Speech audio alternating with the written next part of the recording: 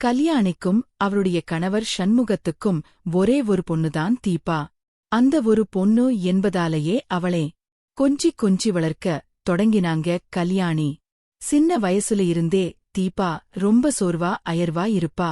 அதே கூட ஒரு பிரச்சனையா நினைக்காம எங்க பொண்ணு ரொம்ப சாதுவா அப்படின்னு சொல்லி கல்யாணி பெருமைப்பட்டுக்கிட்டா. சாப்பாடு செய்றதோ துணி துவைப்பதோ வீட்டை சுத்தம் செய்வதோ எந்த வேலையும் தீபாவிடம் சொல்லாம எல்லாத்தையும் கல்யாணியே செய்ய ஆரம்பிச்சட்டாங்க. தீபாவுக்கு அது இயல்பாகவே போச்சு. பள்ளி கல்லூரி எல்லாம் முடிஞ்சும் தீபாவின் பழக்கம் மாறல. சாப்பிட்டதும் படுத்தாள். தூங்குவதும் டிவி பார்ப்பதுமாதான் அவளுடைய தினசரி வழக்கமா மாறிடுச்சு. பெரியவளானதும் தானே மாத்திக்குவான்னு நினைச்சு கல்யாணிக்கு தீபா பெரியவளானதும் எந்த மாற்றமும் இல்லை. காலையில் எழுந்திருப்பதே மணிக்குதான். சாப்பிட்டதும் மறுபடியும் படுத்துவிடுவா. வீட்டில் அவள் செய்யும் வேலையே இல்லே. ஆனா கல்யாணிக்கு அதெல்லாம் கவலையா இருந்ததில்லே. நம்ம பொண்ணு நம்ம கண்ணுன்னு செல்லமாகவே வளர்த்துட்டு வந்தாங்க.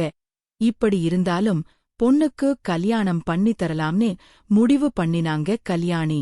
தீபாவுக்கு வயது. அவளைப் பார்க்க ஒருவரன் வந்தான். பேரு வினோத். வேலை குடும்ப பொறுப்பும் சம்பாதிப்பும் வீடும் வண்டியும்னு நல்ல செட்டிலான பையன். வினோத்துக்கும் அவன் பெற்றோருக்கும் தீபாவை பிடிச்சிருச்சு. சீக்கிரத்திலேயே கல்யாணமும் நடந்துச்சு. திருமணம் முடிந்து தீபா வினோத் வீட்டுக்குப் போகிறாள். கல்யாணி அவளை கூப்பிட்டு கண்ணீருடன் அறிவுரை சொல்ல ஆரம்பிச்சாங்க. தீபா, நீ இனி அந்த வீட்டுக்கு பொண்ணோ இங்க இல்ல. நம்ம வீட்ல நான் எல்லாம் பாத்துக்குவேன். ஆனா அங்க நீதான் எல்லாம் பண்ணணும். காலையில எழுந்து சமைச்சு வீட்டே பார்த்துக்கணும். வினோத் வேலைக்கு போறவன், நீதான் டிப்பன் காப்பி எல்லாம் பார்த்துப்பா. மறந்தும் இங்க மாதிரி படுத்து தூங்கிட்டு இருக்காதே. நீ போன இடம் உன் இடம். அவங்க வீடு, அவங்க மரியாதை அம்மா அப்பான்னு இங்க இருக்க மாட்டாங்க. சுறுசுறுப்பா இருப்பது உனக்கே நல்லது. தீபா எதையும் கேட்க மாட்டா மாதிரி நம் முகத்தை சுழுத்துக்கிட்டு நின்னா. ஆனாலும் கல்யாணி பொண்ணை கட்டி தழுவி உன்னால முடியும் தீபா, கொஞ்சம் முயற்சி பண்ணேன்னு சொல்லி அனுப்பினாங்க. தீபா வினோத் வீட்டுக்கு போனாள். முதல் நாளே காலையில மணிக்கு எழுந்திருக்க வினோத் ஏற்கனவே கிளம்பி போயிட்டான். மாமியார் முகத்தை சுளித்தாங்கள். இப்படித்தான் இவ காட்டுமான்னு தனக்குள் நினைச்சாங்க. ஆனா பொண்ணு புதுசு எதுவும் சொல்லாம பொறுத்துக்கிட்டாங்க. தீபாவின் பழைய பழக்கம் மாறவே இல்லே. வீட்டில் ஒரு வேலை செய்ய மாட்டாள். துணிகளை தூக்கி போட்டுட்டு போய் படுத்துக்குவாள். சமைச்சு வைப்பாங்க. சாப்பிட்டுட்டு அம்மா நான் தூங்குறேன்னு அறைக்கு போய் படுத்துக்குவாள். மாமியாரே பொறுத்தவரே புதுசு கொஞ்சம் பொறுத்தாங்க. ஆனா வினோத்துக்கு கோபம் வந்துச்சு. 3 மாதம் ஆச்சு இன்னும். தீபாவின் சுபாவத்தில் சிறு மாற்றமும் இல்லே. ஒருநாள் அவன் கல்யாணிக்கு போனில் கூப்பிட்டு சொன்னான், அத்த, உங்க பொண்ணு நல்லாதான் இருக்கா, ஆனா வீட்டு வேலையே பார்க்க மாட்டேங்கிறா. சாப்பிட்டா தூக்கம். என்ன கூட கவனிக்கிறது இல்லே. மனைவியா வந்தா மனைவியா இருக்கணும். நாங்கதான் சமைச்சு போடணுமா? கல்யாணி அதிர்ந்து போனாங்க. மனசுக்கு கஷ்டமா இருந்தாலும் நானே வந்து பார்க்கிறேன் மாப்பிள்ள, நீ கவலைப்படாதன்னு சொல்லிட்டாங்க. 2 நாள் கழிச்சு கல்யாணி நேரா வினோத் வீட்டுக்கு வந்துட்டாங்க. பொண்ணை பார்க்கணும், நிலவரத்தே புரிஞ்சுக்கணும்னு. தீபா அம்மாவை பார்த்ததும் ஓடி வந்து கட்டிப்பிடிச்சு, அம்மா நீங்க வந்துட்டீங்களான்னு சந்தோஷப்பட்டா. அதுவரை சோம்பலா இருந்த தீபா அம்மாவை பார்த்ததும் கொஞ்சம் பதட்டப்பட்டாலும் அடுத்த நொடியே பழைய நிலைக்கு வந்துட்டா. அம்மா, இன்னைக்கு நீங்க வந்திருக்கீங்க. நீங்கதான் எல்லா வேலையும் பாருங்க. நான் ரொம்ப டயர்டா இருக்கேன் சொல்லிட்டு முழு வீட்டு வேலையும் துணி துவைக்க சமைக்க துடைக்க எல்லாத்தையும் அம்மாவிட ஒப்படைச்சிட்டு டிவி போட்டு படுத்து சீரியல் பார்க்க ஆரம்பிச்சட்டா. கல்யாணி சரின்னு வீட்டு வேலைகளை ஒவ்வொன்னா செய்ய ஆரம்பிச்சாங்க. பொண்ணுதானே, பொண்ணுக்காக செய்றோம்னு மனசை தேத்திக்கிட்டு சமைச்சு துணி துவைச்சு எல்லாத்தையும் ஒழுங்கா பண்ணினாங்க. மாலையில வினோத் வேலையில இருந்து வந்தா வாசல்லே மாமியாரே பார்த்ததும், அத்த நீங்க வந்திருக்கீங்களா? எப்போ சொல்லியிருந்தா நானே ஸ்டேஷன்ல இறங்கி வந்திருப்பேனேன்னு கலந்து பேசினான்.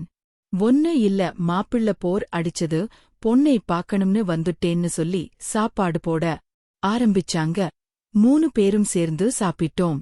சாப்பிட்டதும் தீபா எழுந்துருச்சு. அம்மா, நான் தூங்குறேன்னு சொல்லி அறைக்கு போய் படுத்துச்சு. வினோத்துக்கு உள்ளூர கோபம். ஆனா மாமியார் முன்னாடி ஒன்னும் சொல்லல. இரவு மணிக்கு வினோத் முன்னாடி அறை சோபாவில் படுத்திருந்தான். கல்யாணி தண்ணி குடிக்க எழுந்திருந்தப்போ இதை பார்த்துட்டாங்க. என்னடா மணமாகி 3 மாசம் ஆகுது, மனைவியோட தூங்காம தனியா சோபாவிலையான்னு தனக்குள் நினைத்து பட்டாங்க. ஆனா ஒன்னும் கேக்கல, போய் படுத்துக்கிட்டாங்க. இரவு மணிக்கே வினோத் எழும்பினான். நேராக கல்யாணியின் அறைக்கு வந்தான். அத்த, கொஞ்சம் வாங்க, உங்களுக்கு ஒன்னு காட்டணும்னு கையே பிடிச்சு இழுத்துட்டு தன் ரூமுக்கு கூட்டிட்டு போனான். கல்யாணிக்கு அதிர்ச்சி. என்ன மாப்பிள்ள இந்த நேரத்துல கேக்குறதுக்குள்ள வினோத் அரைக்கதவை திறந்து உள்ளே படுத்திறங்கிய தீபாவை காண்பிச்சான். பாருங்கத்த, உங்க பொண்ணு எங்க என் கூட பேசுறா, எங்க ஆசையா நடந்துக்கிறா. சாப்பிட்டுட்டு படுத்தா கதவை கூட திறக்க மாட்டா. ஒரு நாளாச்சும் என்ன மனைவியா உணர்றியா? இப்படியே படுத்துதான் கிடக்கான்றா. நான்தான் என் ஆசை எல்லாத்தையும் அடக்கிக்கிட்டு எப்படியோ இருக்கேன். இது திருமணமான பொண்ணின் நடத்தையா? கல்யாணி திகைச்சு போனாங்க. வாய் திறக்க முடியாம நின்னாங்க. சரி மாப்பிள்ள, காலையில பொன்னிடம் பேசுறேன்னு சொல்லி அறைக்கு போய் படுத்துக்கிட்டாங்க. காலையில கல்யாணி தீபாவிடம் பேச ஆரம்பிச்சாங்க. தீபா, உன் கணவர் ரொம்ப கஷ்டப்படுறாரு. நீ கொஞ்சமாச்சும் மாறு, அவருக்கு துணையாயிரு. இப்படி ஓடி ஒளிய முடியாது. ஆனால் தீபா, அம்மா எனக்கு முடியல, நான் ரொம்ப சோம்பலா இருக்கேன்ட்டு சாப்பிட்டது முதல் மறுபடியும் படுத்து தூங்க ஆரம்பிச்சட்டா. வினோத்துக்கு ஒரு ஐடியா வந்தது. மறுநாள் அவ ஒரு புடவை எடுத்து கல்யாணியிடம் கொடுத்தான். அத்தை, இந்த புடவையை போட்டுக்கிட்டு வாங்க, நான் பாக்கணும். எதுக்கு மாப்பிள்ள? நானா போட்டுக்க, இது பொண்ணுக்கு வாங்குனது இல்லையான்னு கேட்டாங்க. இல்லாத, உங்களுக்கு ரொம்ப அழகா இருக்கும். இதை பார்த்தீன்னா உங்க பொண்ணுக்கும் ஆசை வரும், மாற்றம் வரும். நீங்கதான் இன்னும் இளமையா அழகா இருக்கீங்க. கல்யாணி வெட்கப்பட்டு அதை வாங்கிக்கிட்டு போய் போட்டு பார்த்துக்கிட்டாங்க. ஆனால் உண்மையில் வினோத்துக்கு தீபாவை விட கல்யாணியின் மேலேயே ஒரு மோகம் உருவாகியிருந்தது. அவனுக்கு கல்யாணி மீது உடல் ரீதியான ஆசை வந்திருந்தது. அதை மறைக்க தீபாவின் மேல் குற்றம் சாட்டிக்கிட்டு இருந்தான். இரவு மணி. கல்யாணிக்கு தூக்கம் வரல. ஏதோ ஒரு சந்தேகம் எழுந்து மெதுவா தீபாவின் அறை ஜன்னல் வழியா எட்டி பார்த்தாங்க. அறைக்குள் தீபா அசந்து தூங்கிக்கிட்டு இருந்தா. ஆனா வினோத் அவளோடு இல்லே, தனியா படுத்திருந்தான். அப்படியானா மாப்பிள்ளை சொன்னது உண்மையா? நம்ம பொண்ணுதான் அவரை புறக்கணிக்கிறாளான்னு கல்யாணி யோசிச்சுக்கிட்டே தன்னறைக்கு திரும்ப போனாங்க. அப்போதான் கால் தடுக்கி சேலே ஏனியில் மாட்டிக் கீழ விழுந்தாங்க. பக்கத்து டேபிள் தட்டிவிட்டு படார் புடார்னு சத்தம் வந்துச்சு. மீனோ எழுந்து யார் அதுன்னு வெளிய வந்தான். பார்த்தா கல்யாணி தரையில உட்கார்ந்திருக்காங்க. சேலை ஆசை விலகி தோலும் இடுப்பும் தெரியையோ. அத்தை, என்ன ஆச்சுன்னு ஓடி வந்து அவளை தூக்கிக்கிட்டு ஒரு கை தோலிலும் ஒரு கை இடுப்பிலும் வைத்து தூக்கிட்டு பெட்ரூமுக்கே கூட்டிட்டு போனான். படுங்க, நான் கால் அமுக்கிட்டு வரேன்னு சொல்லி அவள் கால்களை அமுக்க ஆரம்பிச்சான். ஆனால் அவன் பார்வையும் கையும் வெறும் காலே அமுக்கல. மெதுவா தொடுதல் மேலும் மேலும் போனது. கல்யாணிக்கு தெளிவா புரிஞ்சது. மாப்பிள்ள போதும், நான் பாத்துக்குவேன், நீங்க போய் ரெஸ்ட் எடுங்கன்னு கண்டிப்பா சொல்லி அனுப்பினாங்க. வினோத் போனா. ஆனால் கல்யாணிக்கு இரவு முழுக்க உறக்கமே இல்லே. மாப்பிள்ளை நம்பலாமா? நம்ம பொண்ணுக்குதான் குறைவுள்ளதா? இவர் தப்பு செஞ்சுட்டு பொண்ணு மேல பழி போடுறாரான்னு ஒரு முடிவுக்கு வராம தவிச்சாங்க. மறுநாள் காலை கல்யாணிக்கு ஒரு திட்டம் தோணுச்சு. நானே இதன் உண்மையை கண்டுபிடிக்கணும்னு முடிவு பண்ணினாங்க. தீபாவை மறுபடியும் வினோத் அறையில தூங்க சொல்லிட்டு இரவு நேரத்தே கல்யாணிதான் மெதுவா தீபாவின் படுக்கையில போர்வைக்குள்ள படுத்துக்கிட்டாங்க. போர்வையை முழுசா இழுத்து போட்டு முகம் தெரியாம படுத்தாங்க. ராத்திரி மணிக்கு வினோத் வந்தான். வழக்கம் போல இருட்டுல மனைவின்னு நினைச்சு கால்களை தடவ ஆரம்பிச்சான். கல்யாணி ஒரு வார்த்தை கூட பேசாம அப்படியே படுத்திருந்தாங்க. வினோத் அவள் மேல் சாய்ந்தான். இன்னைக்கு விழுத்துக்கிட்டு இருக்கியான்னு கிசுகிசுத்து கட்டிப்பிடிச்சான்.